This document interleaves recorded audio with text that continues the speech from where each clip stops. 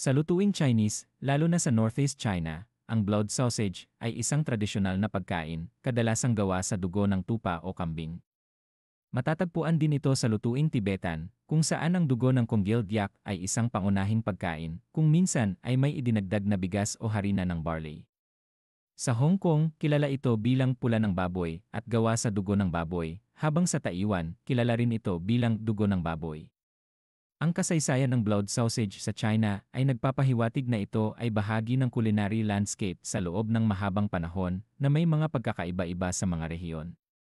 Ipaliwanag, Northeast China, ang sausage ng dugo, na kadalasang tinutukoy bilang Iksu Chang'e o Iksu Daofo, ay isang karaniwang pagkain sa rehiyong ito, partikular sa mga lugar tulad ng lalawigan ng Heilongjiang.